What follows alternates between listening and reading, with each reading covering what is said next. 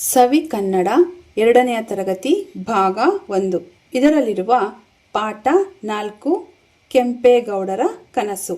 ಈ ಪಾಠದ ಪ್ರಶ್ನೋತ್ತರಗಳು.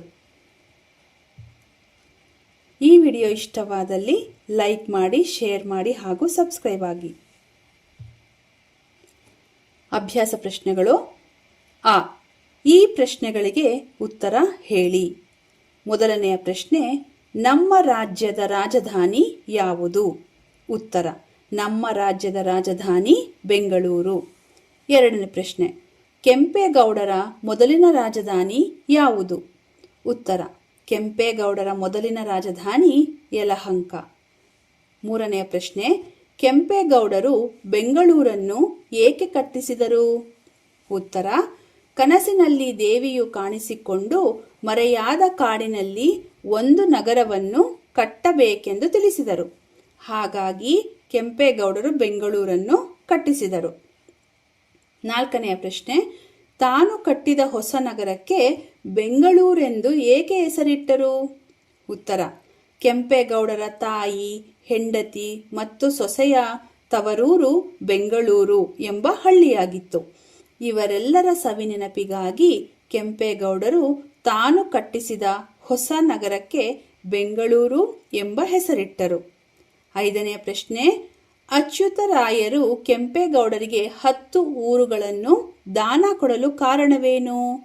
ಉತ್ತರ, ಕೆಂಪೇಗೌಡರ ದೈವಭಕ್ತಿ, ಪ್ರಜಾಪ್ರೇಮ, ಬುದ್ಧಿವಂತಿಕೆಯಿಂದ ನಿರ್ಮಿಸಿದ ಅಂದವಾದ ಬೆಂಗಳೂರು ನಗರದ ಸುದ್ದಿ ಕೇಳಿ ಅಚ್ಯುತರಾಯರು ಕೆಂಪೇಗೌಡರಿಗೆ 10 ಊರುಗಳನ್ನು ದಾನ ಕೊಟ್ಟರು. ಆರನೆಯ ಪ್ರಶ್ನೆ, ಕೆಂಪೇಗೌಡರು ಗೋಪುರವನ್ನು ಏಕೆ ಕಟ್ಟಿಸಿದರು? ಉತ್ತರ, ಶತ್ರುಗಳು ಬರದಂತೆ ತಡೆಯಲು ಕೆಂಪೇಗೌಡರು ಗೋಪುರವನ್ನು ಕಟ್ಟಿಸಿದರು. ಈ ಕೆಳಗಿನ ವಾಕ್ಯಗಳು ಸರಿ ಅಥವಾ ತಪ್ಪು ಎಂಬುದನ್ನು ಗುರುತಿಸಿ. ಕೆಳಗೆ ಕೊಟ್ಟಂತಹ ವಾಕ್ಯಗಳು ಸರಿ ಅಥವಾ ತಪ್ಪು ಎಂದು ಗುರುತಿಸಬೇಕು. ಅದರ ಮುಂದೆ ತಪ್ಪು ಇಲ್ಲವೇ ಸರಿ ಎಂದು ಬರೆಯಬೇಕು. 1ನೇ ಪ್ರಶ್ನೆ, ವಿಜಯನಗರವು ಕೆಂಪೇಗೌಡರ ರಾಜಧಾನಿಯಾಗಿತ್ತು. ಈ ವಾಕ್ಯ ತಪ್ಪು. 2ನೇ ಪ್ರಶ್ನೆ, ಶಿವಸಮುದ್ರದ ಕಾಡಿನಲ್ಲಿ ಹೊಸ ನಗರವನ್ನು ಕೆಂಪೇಗೌಡರು ಕಟ್ಟಿಸಿದರು. ಈ ವಾಕ್ಯ ಸರಿ. 3, ಹೊಸ ನಗರವನ್ನು ಕಟ್ಟಲು ಪ್ರೇರಣೆ ಸಿಕ್ಕಿದ್ದು ಒಂದು ಕನಸಿನಿಂದ. ಈ ವಾಕ್ಯ ಸರಿ. 4, ಕೆಂಪೇಗೌಡರ ತಾಯಿಯ ಊರು ಬೆಂಗಳೂರೆಂಬ ಹಳ್ಳಿ. ಈ ವಾಕ್ಯ ಸರಿ. 5, ಕೆಂಪಾಂಬುದಿ ಕೆರೆಯನ್ನು ಅಚ್ಯುತರಾಯರು ಕಟ್ಟಿಸಿದರು. ಈ ವಾಕ್ಯ ತಪ್ಪು. ಖಾಲಿ ಬಿಟ್ಟಿರುವ ಜಾಗಗಳಲ್ಲಿ ಸರಿಯಾದ ಪದ ತುಂಬಿ. 1ನೇ ಪ್ರಶ್ನೆ, ಕೆಂಪೇಗೌಡರು ಡ್ಯಾಶ್ಗಳನ್ನು ತನ್ನ ಮಕ್ಕಳಂತೆ ಪ್ರೀತಿಸುತ್ತಿದ್ದರು. ಕೆಂಪೇಗೌಡರು ಪ್ರಜೆಗಳನ್ನು ತನ್ನ ಮಕ್ಕಳಂತೆ ಪ್ರೀತಿಸುತ್ತಿದ್ದರು. 2, ಕನಸಿನಲ್ಲಿ ದೇವಿಯು ಕಾಣಿಸಿಕೊಂಡು ಮರೆಯಾದ ಕಾಡಿನಲ್ಲಿ ಒಂದು ಡ್ಯಾಶ್ ವನ್ನು ಕಟ್ಟಬೇಕು ಎಂದು ತಿಳಿಸಿದರು. ಕನಸಿನಲ್ಲಿ ದೇವಿಯು ಕಾಣಿಸಿಕೊಂಡು ಮರೆಯಾದ ಕಾಡಿನಲ್ಲಿ ಒಂದು ನಗರವನ್ನು ಕಟ್ಟಬೇಕು ಎಂದು ತಿಳಿಸಿದರು. 3, ಕಸಬುದಾರರಿಂದ ಡ್ಯಾಶ್ ಬೆಳೆದವು. ಕಸಬುದಾರರಿಂದ ಕೈಗಾರಿಕೆಗಳು ಬೆಳೆದವು. ಕೆಳಗೆ ಕೊಟ್ಟಿರುವ ಒತ್ತಕ್ಷರ ಪದಗಳನ್ನು ಓದಿ ನಕಲು ಮಾಡಿ. ಕೆಳಗೆ ಕೊಟ್ಟಿರುವಂತಹ ಈ ಪದಗಳನ್ನು, ಇವು ಒತ್ತಕ್ಷರ ಪದಗಳು, ಇವುಗಳನ್ನು ಓದಿಕೊಂಡು ದುಂಡಾಗಿ ಬರೆಯಬೇಕು. ಪದಗಳು: ಉತ್ತರ, ಒಳ್ಳೆಯ, ಒಪ್ಪಿಗೆ, ಚೆನ್ನಾಂಬೆ, ಸಂಪತ್ತು. ಮಾದರಿಯಂತೆ ಕೆಳಗಿನ ಪದಗಳನ್ನು ಬರೆಯಿರಿ. ಇಲ್ಲಿ ಒಂದು ಮಾದರಿ ಕೊಟ್ಟಿದ್ದಾರೆ. ಇದೇ ರೀತಿಯಾಗಿ ಕೆಳಗೆ ಕೊಟ್ಟಿರುವಂತಹ ಪದಗಳಿಗೆ ಬರೆಯಬೇಕು. ನಗರ, ನಗರಗಳು. ಕಾಡು, ಕಾಡುಗಳು.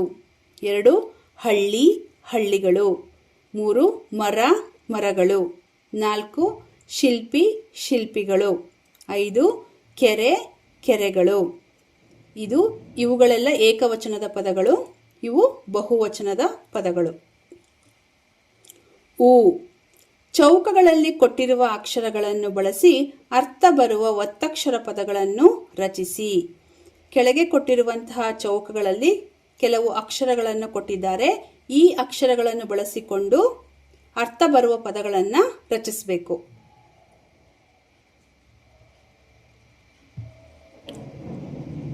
ಪದಗಳು: ಹಳ್ಳಿ, ಹಗ್ಗ, ಅಗ್ಗ, ಉತ್ಸವ, ಮಂತ್ರಿ, ತಳ್ಳಿ, ಸುದ್ದಿ, ಶಿಲ್ಪಿ. ಎ. ಕೊಟ್ಟಿರುವ ವಾಕ್ಯಗಳನ್ನು ದುಂಡಾಗಿ ನಕಲು ಮಾಡಿ. ಕೆಳಗೆ ಕೊಟ್ಟಂತಹ ವಾಕ್ಯಗಳನ್ನು ದುಂಡಾಗಿ ಬರೆಯಬೇಕು. 1. ಕಾಡಿನ ಉತ್ತರಕ್ಕೆ ತುಸು ದೂರದಲ್ಲಿ ಚಿಕ್ಕ ಹಳ್ಳಿ ಇತ್ತು. 2. ಹಳ್ಳಿಗಳ ನಡುವಿದ್ದ ಕಾಡಿನಲ್ಲಿ ಬೆಂಗಳೂರು ಹುಟ್ಟಿತು. 3. ಪ್ರಜೆಗಳನ್ನು ತನ್ನ ಮಕ್ಕಳಂತೆ ಪ್ರೀತಿಸುತ್ತಿದ್ದರು. 4. ಮತ್ತೆ ಮತ್ತೆ ಅದೇ ಕನಸು ಬಿದ್ದಿತು. 5. ಕೆಂಪೇಗೌಡರು ಹೊಸ ನಗರವನ್ನು ಕಟ್ಟಿಸಿದರು. 6. ದೈವ ಭಕ್ತಿ, ಪ್ರಜಾಪ್ರೇಮ, ಬುದ್ಧಿವಂತಿಕೆ ಇವನ್ನು ಅಚ್ಯುತರಾಯರು ಮೆಚ್ಚಿದರು. ಸಾಮರ್ಥ್ಯ: ಈ ಗದ್ಯದ ಕಲಿಕೆಯೊಂದಿಗೆ ಸಂಯುಕ್ತಾಕ್ಷರ ಪದ ಮತ್ತು ವಾಕ್ಯಗಳನ್ನು ನಕಲು ಮಾಡುವುದನ್ನು ಕಲಿಯುವೆ.